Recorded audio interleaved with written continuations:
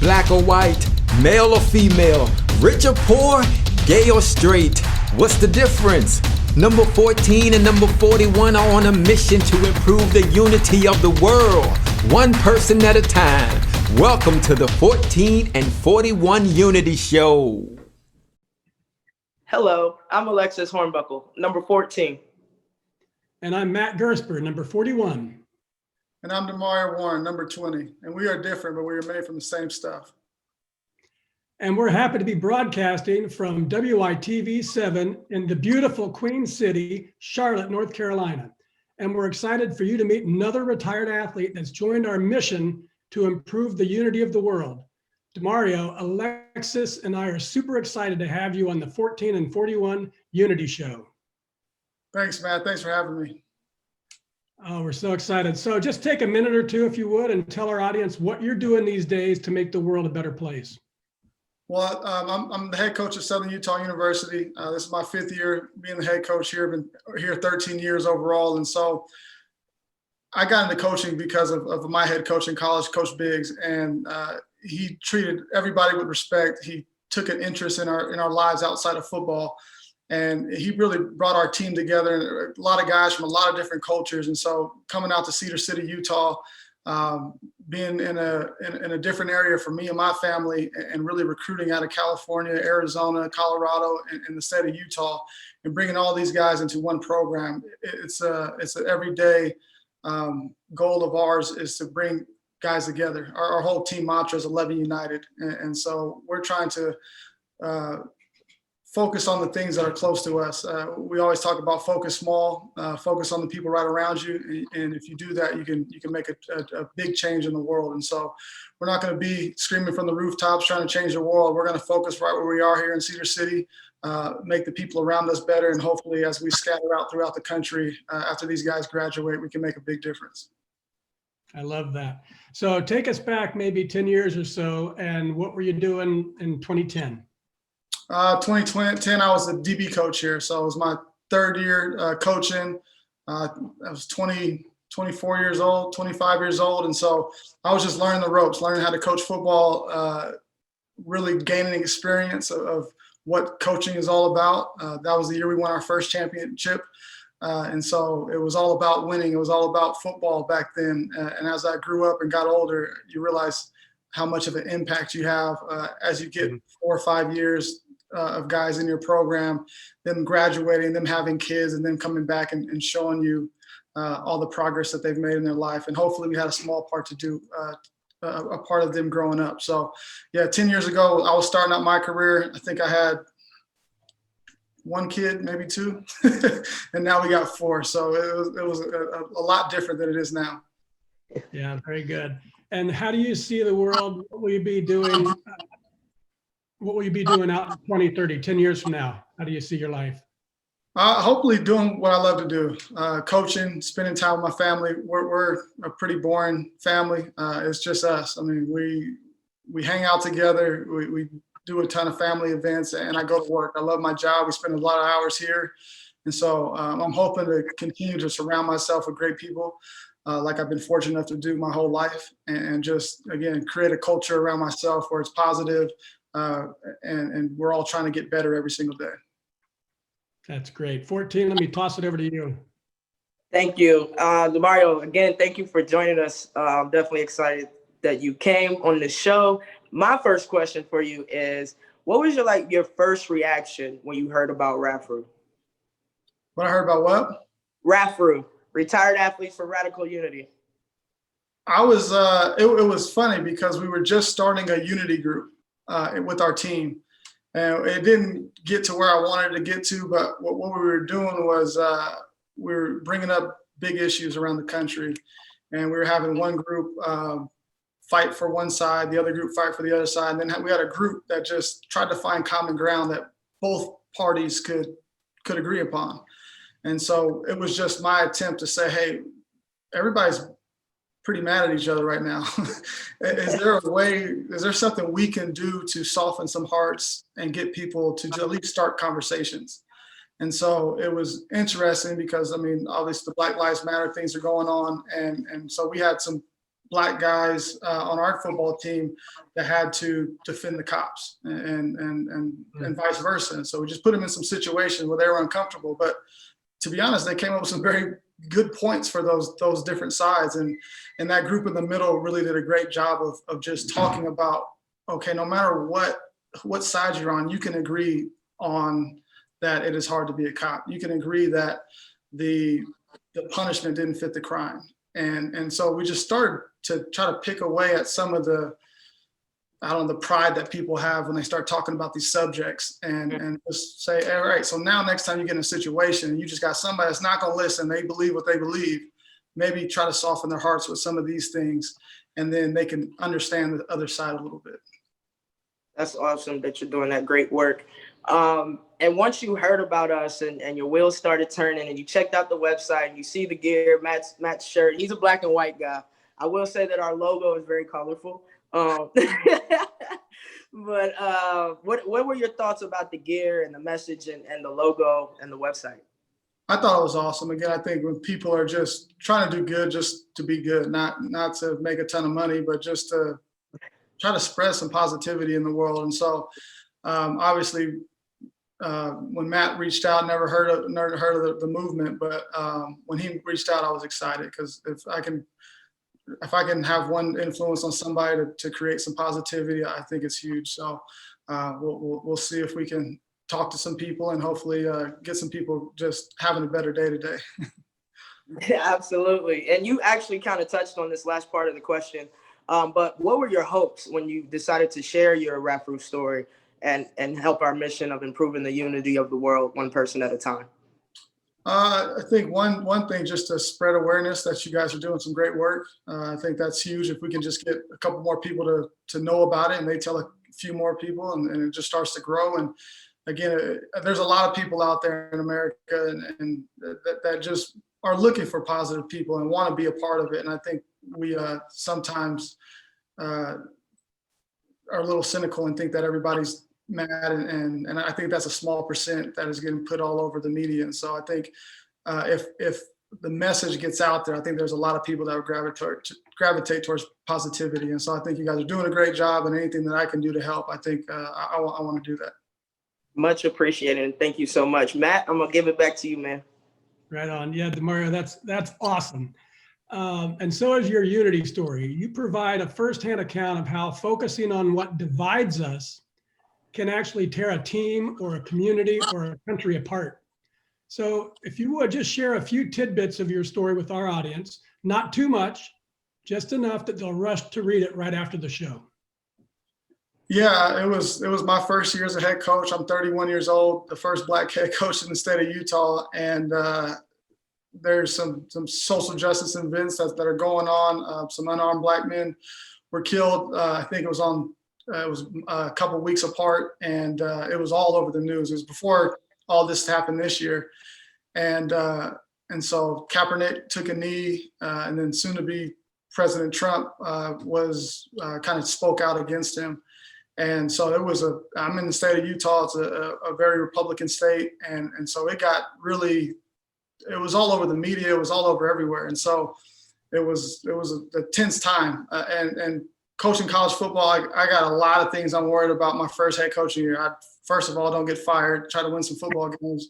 And so that's what we're focused on. And we have an event, and they ends up one of my players not standing for the national anthem, and another player takes offense to it. So I got on social media and we had to address it as a team. But I think going through that as a team and what football brings is you have 100 guys that you respect and that you go through some hard things with. So you care about them. You need them for you to be successful.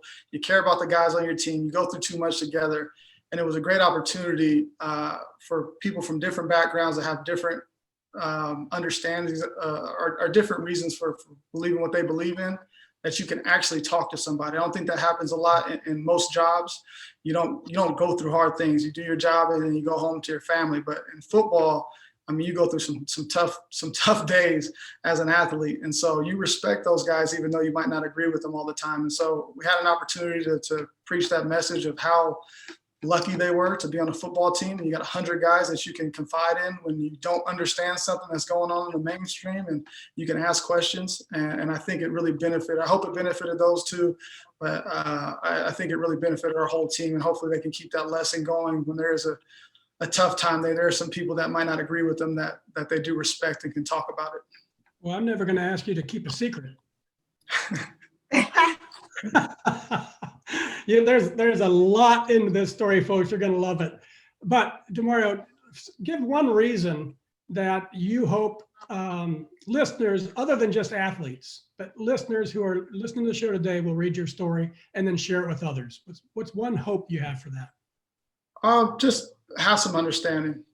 There's reasons people feel the way they feel. No matter if you agree with them or it's wrong in your opinion, have some understanding of why they came to that conclusion. Again, you never ever agree with them, but at the end of the day, there's something in the back. There's something in their history that got them to this point. And so, if you can understand that and understand they're a human being, and treat them as such, we want our guys to be peacemakers. We want our guys to be leaders and treat people the right way, and not because you want to be treated the same way. It's just the right thing to do. So just treat people with respect, and again, try to have some understanding of what they've been through in their life that got them to this point. I love that. And I definitely can see Coach Biggs in you. Yeah. He had a big impact on me for sure. Yeah. So one more question about your story. What's been your experience since you started thinking about it and then writing it? And I know you struggle with it a little bit because of the politics of the day, then actually putting pen to paper and now reflecting back on your journey as a coach and an athlete. What's been your experience? How do you feel about putting this out into the world beyond just your football team? Yeah, just again, how everything's being politicized. I mean, we're talking about masks and everything. So I know the story. I mean, it was a very neutral story because I had empathy for both guys on both sides. And so I know that it's a great story for people to read, but to be honest, you don't know how somebody's going to take it and just run with it and think I'm this or I'm that. So that was probably the most hesitation I had after I wrote it. I was like, oh, I got a great story for Matt. And I wrote it real quick, and then I just never emailed it to you. And then you kept bugging me. I did have to beg a little bit for it. Come on. So, but yeah, it's just, like I said, politics are very polarizing right now in the country. And so that's my biggest fear, but I hope people again could get something good out of it and realize that there's a lot of good in the people that you don't agree with. Yeah, I think it's awesome. I can't wait for people to read it. Okay, Demario, we're going to take a quick commercial break, and I want to tell everyone about 3 things. First of all, why I love all natural, toxin-free dry farm wines, how they can get an extra bottle for just 1 penny on their first subscription order, and how their purchase will support a great big donation from Happy Living to WYTV7.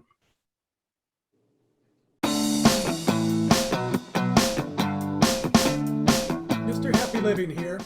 I love good things made by good people. That's why I love dry farm wines. I first met the man known as the healthiest wino on the planet back in 2016. He said his wines don't cause headaches or hangovers, and that he started his company because most wine consumed in the U.S. is highly processed and loaded with unnatural nasties. Like most processed food, it's toxic. That very night, I made a big health decision. Toxic wines out, natural wines in.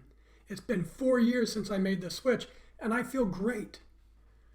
Go to happyliving.com and select Partners in Happy to get your first bottle of natural wine for a penny. And I'll donate 8% of every order placed during the entire month of November to WYTV7.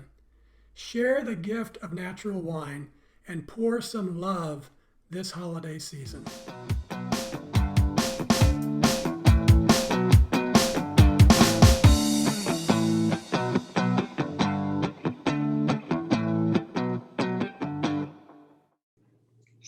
Hi, welcome back to the 14 and 41 Unity Show. Want to give a special shout out and thank you to our November sponsors, Dry Farm Wines and Happy Living. Demario, I like to get right back to it after the commercial break. So my question for you, listening to you talk and your story and the impacts that you've had on your players, how have the lessons that you've learned as an athlete, in particularly the unity lessons, helped you be a more successful person? I think is, again, going back to college. In college, that's my first experience of really getting people outside of my comfort zone, just meeting people from different backgrounds, people with like just they came back from a wealthy backgrounds, and I wasn't used to some of those things. And so being able to meet different people from different states, and then getting in the same meeting rooms and having to work together, and then counting on somebody, like, I need you to do your job so I can be successful, or else I can't have any success. And we got to be on the same page. So no matter what your political party is, or how your socioeconomic background is, like, I need your help. And if you don't do what you're supposed to do, I can't do what I'm supposed to do. And so that was my first time depending on people that may look different than me, think different than me, and we all got to figure out how to get on the same page. So I think that was a great experience for me. And I think that's why athletes are so valuable to businesses, because they're able to work with different people, and they're not intimidated by going into a business meeting with somebody that might have a different religion than them. They're used to it. They're used to being around all kinds of different people. And so I think being an athlete gives you that experience and that diversity that helps you have confidence to dealing with anybody, and being able to share different stories because you've been around so much. Absolutely. That's 100% true. I agree with that. Matt?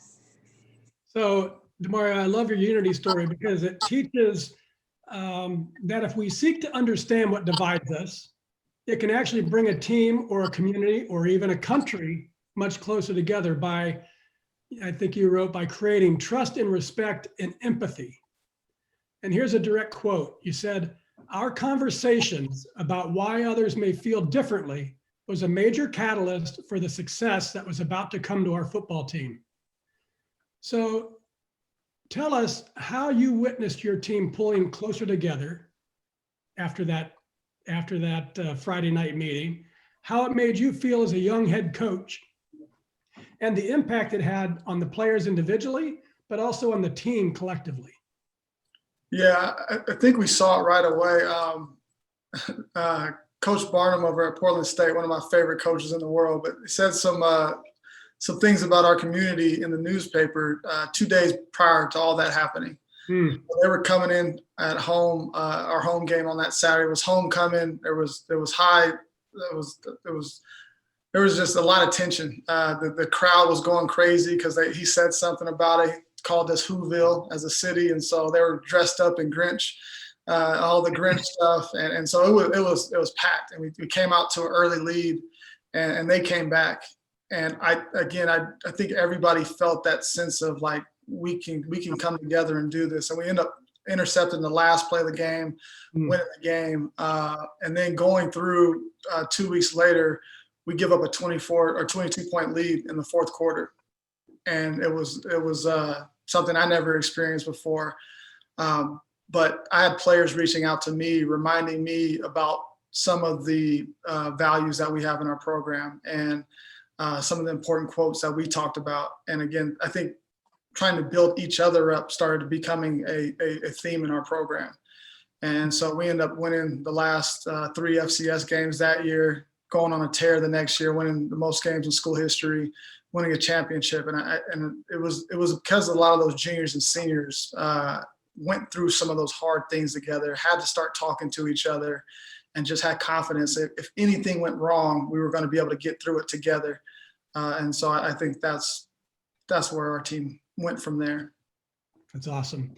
And then as I was reading your story, I thought about how has that impactful unity conversation, that moment, that Friday night meeting when you had the conversation with your 2016 team, how has that affected your coaching practices and your team's togetherness and team spirit and success in the years that followed that team? Yeah. And we lost a lot of that. A lot of those guys were juniors and seniors, like I talked about, and they graduated after those 2 seasons. And so we had to rebuild. And it's helped me, especially this year. We won one game in 2018 and 3 games in 2019.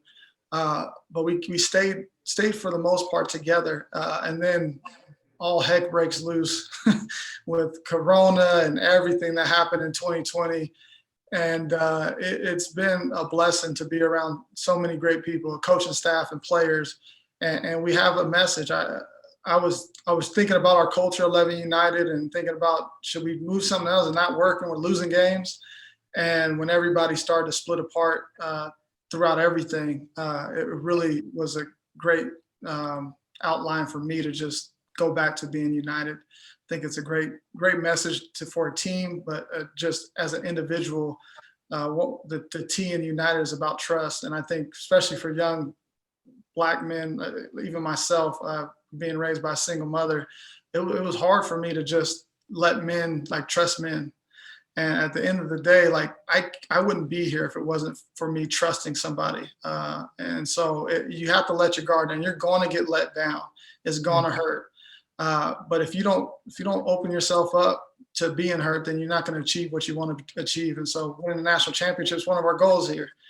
If we don't go all in and open ourselves up to the disappointment, then we'll never get there. And it will hurt when we don't get there. But at the end of the day, again, if you trust, if you reach for your goals that you really want, you're going to open yourself up for some disappointment. But I think you got to be willing to live with that. And so that's where we've went, and that's where we are as a program. And I think our guys are starting to be more vulnerable and willing to open themselves up so we can get to where we want to get to as not only a culture, but on the field as well. Oh, that's great. You know, when this whole shutdown, all this COVID stuff started happening, my thoughts immediately went to the athletes that work so hard and train so long, and then all of a sudden they can't get on the field or they can't get on the court. And it's like, I know there's a lot of other people that were suffering, but that's where my heart went. I would have been so pissed what happened during my playing days. I don't know what I would have done. So sending love to your players and your program. And now it's prediction time. So which of your teammates from your playing days or coaching colleagues, who do you think is going to be the first to follow your lead and share their unity story with us? We want names. You got to go get Tim Plow. Tim Plow over at Davis. He's the OC at Davis. Right, I know Tim, and maybe you can help me corral him. He just had a baby last week, so might need a couple of weeks. He got 3 now, so but yeah, he'd be a good one. All right, connect us with an email, and I'll take it from there. Okay. Okay, now it's time for a segment that we call Fun Time with 14. Take it away. My favorite part of the show. All right, look, Demario, this is going to happen. I'm going to ask random questions off the top of my head. I need your answers, 3 to 5 seconds, basically the first thing that pops in your head. Give it to us, okay? It'll be short and sweet, and I'll try not to make it too crazy. No promises, though. All right, so we'll start easy. How old were you when you first started playing sports? 6. 6. What other sports did you play besides football? Baseball, basketball, track, pretty much everything. All around athlete. I love it. If you weren't coaching college football right now, what would you be doing? I'd be in the business field doing something. Okay. What was your most teachable moment as a young athlete? Ooh. Yeah, I got him. I don't know about that one. That one's tough. I know I hated conditioning when I started football, and I was a little chubby kid. So my mom made me play football, and I realized at that point if you're going to be successful in anything, you're going to have to work hard at it. Hey, that's a great teachable moment. I don't know many kids out there that like conditioning. There's a few crazy ones like myself when I was younger, but most kids don't. If you had a chance to change one thing in the past, what would it be? I don't know. I've been through a lot of hard things, but I think it's. It doesn't even have to be a negative. It could be something positive. You just wanted a different outcome to anything. I mean, I don't think I needed to lose all those games the last couple of years to learn the lesson. So, I mean, if I could change anything, it probably been a couple more games the last 2 years. But I think even those losses are going to help me in the future. So I always, any bad thing that's happened to me usually turns around for me. So I don't regret anything. I love it. What is your most embarrassing non-sports moment? I was in a swim class when I was little, and there's 2 cute girls, and so I thought they liked me because I kept sticking my head under the water and putting my butt up, and so after I went home afterwards, and my mom was like, "Did you wear those shorts to practice or to swim class?" I said, "Yeah. Why was wrong?" I guess I had a big hole in the back of it, so my butt was out the whole time. So it was that was pretty embarrassing. So I don't think I went back to swim class. Oh man, that's definitely in our top 2, 3 stories right there. An Olympic swimmer was lost. Yes, a career was shot. Oh, thank you for sharing that with our audience. That was pretty embarrassing. If you were gifted $100 million today, what would you do with it? How much? 100 mil. 100 mil. Oof. I'd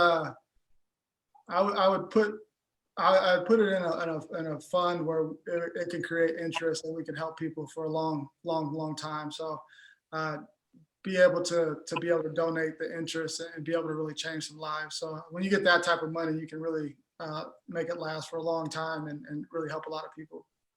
Absolutely. I love where your head's at. And the last question would be, if you could live anywhere in the world, where would it be? Cedar City, man. Just keep your feet where you are. Whoville. Stay right in Whoville. I was waiting for something better, but hey, it's all good. All right, Demario, thank you. I appreciate you joining Fun Time with 14. And Matt, I'm going to give it back to you, man.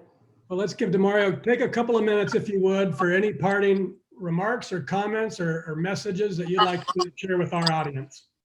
I just want to thank you, Matt and Alexis, for having me. I think you guys are doing amazing work. If there's anything that we can do as a program or myself, we'd love to do it. Just keep spreading the positivity. There's a lot of great people out there that are going to hear your message and love your message. And so anything that we can do to keep spreading it, we'd love to do so. So thank you guys for having me.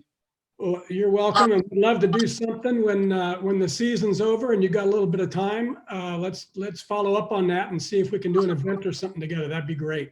I'd love it. We got 2 seasons this year, so. All right. So over the next 2 weeks, Demario is going to be responding to comments, questions, and remarks from listeners to the show and readers of his Unity story.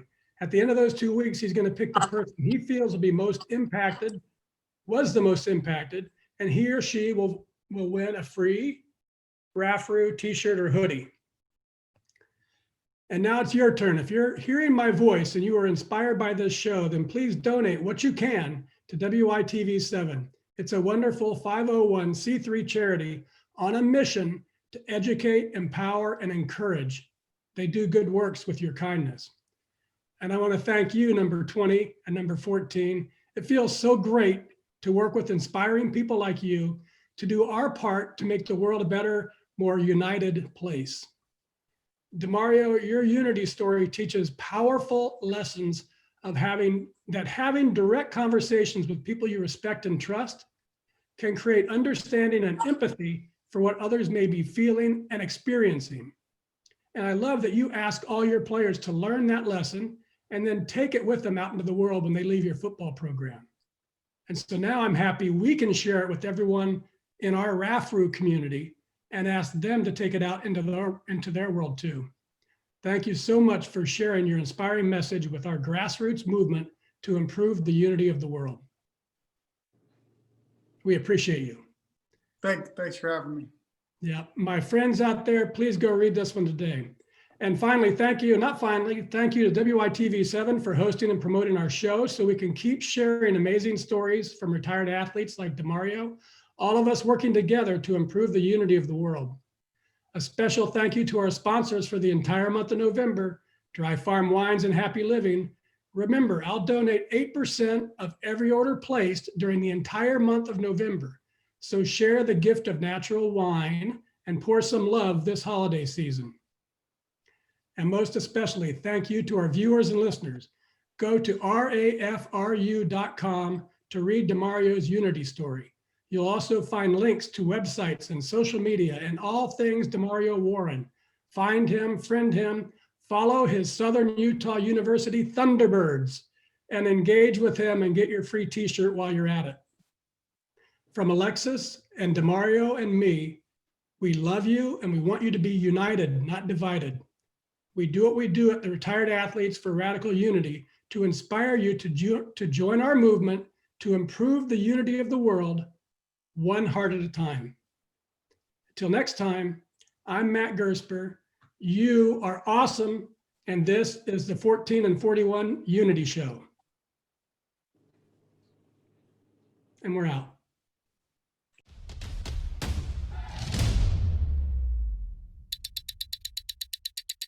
Black or white, male or female, rich or poor, gay or straight, what's the difference?